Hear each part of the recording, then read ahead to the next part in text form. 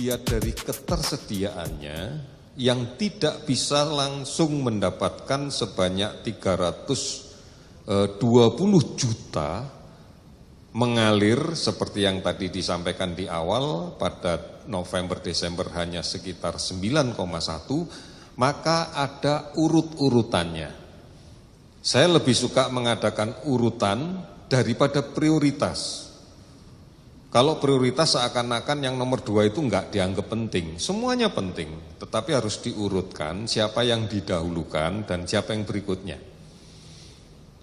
Dari diskusi yang kami laksanakan dengan berbagai pihak, termasuk dengan pihak WHO, para ahli, dan beberapa negara lain di dunia yang sudah melaksanakan vaksinasi, maka yang menjadi prioritas yang pertama kali adalah tenaga kesehatan.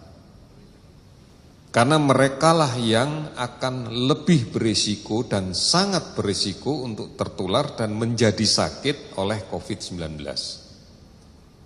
Tenaga kesehatan yang akan kita berikan vaksin yang pertama kali adalah yang pertama tenaga kesehatan yang berada di rumah sakit rujukan yang melayani pasien COVID, itu yang pertama.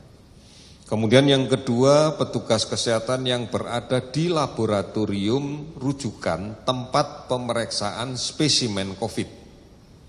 Ini kita maklumi mereka lah yang paling bahaya karena berhadapan langsung dengan virusnya, bukan dengan pasiennya.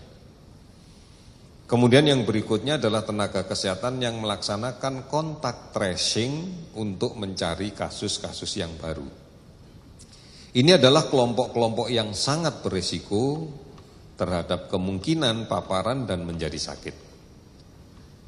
Jumlah kelompok ini kalau kita perhitungkan, perkirakan kurang lebih keseluruhannya hampir 2 jutaan lah. Tentunya data ini akan kita update terus, karena data petugas kesehatan ini bukan hanya ada di BPSDM, pasti ada di BPSDM untuk yang jajaran kita, tetapi juga perlu ada update dari dinas kesehatan yang ada di provinsi, kabupaten, kota. Mengapa ini perlu diupdate? Karena tidak menutup kemungkinan seperti misalnya rumah sakit Cipto yang berada di Kementerian Kesehatan. Kalau data ASN-nya kami punya, tetapi data pegawai kontrak yang ada di sana atau honorer dalam bahasa kita yang tahu adalah direkturnya. Nah, ini yang harus kita konfirmasi betul agar terjadi jumlah yang tepat. Kemudian yang kedua adalah kelompok public services. Di antaranya adalah yang melaksanakan tugas penegakan operasi justisi kepatuhan protokol kesehatan. Mereka memiliki risiko yang besar, di antaranya adalah teman-teman kita dari Satpol PP, kemudian dari Polri, dari TNI yang bersama-sama menegakkan operasi justisi terhadap kepatuhan pelaksanaan protokol kesehatan. Ini juga menjadi prioritas, menjadi urutan yang di depan. Kemudian public services yang lain, misalnya pegawai yang memberikan layanan terhadap pengguna jasa bandara, stasiun, pelabuhan, itu adalah kelompok-kelompok yang di depan, termasuk beberapa profesi pekerjaan yang lain yang beresiko di dalam menghadapi kasus COVID-19. Ini adalah kelompok-kelompok yang pertama.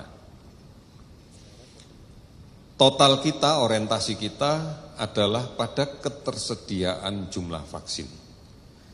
Jika 9,1 juta ini nanti dinyatakan bermanfaat, ditandai dengan surat emergency use authority dari Badan POM kita, kemudian juga ada surat dari Kementerian Agama dan Majelis Ulama terkait kehalalan, maka sejumlah itulah yang akan kita lakukan penyuntikan. Sedang berproses, mudah-mudahan semuanya bisa kita jalankan dengan baik. Tenaga kesehatan mendapatkan urutan pertama sebagai penerima vaksin COVID-19. Saya, Windy Maulia Putri, setuju akan hal itu, karena mereka lebih berisiko tertular oleh COVID-19. Dari diskusi yang dilaksanakan oleh para ahli WHO dan beberapa negara lain, maka yang menjadi prioritas pertama kali adalah tenaga kesehatan. Tenaga kesehatan yang pertama diberi vaksin yakni rumah sakit rujukan pasien COVID-19. Kemudian, petugas kesehatan di laboratorium rujukan tempat pemeriksaan eksperimen. Ini berbahaya karena mereka berhadapan dengan virus langsung, bukan pasiennya.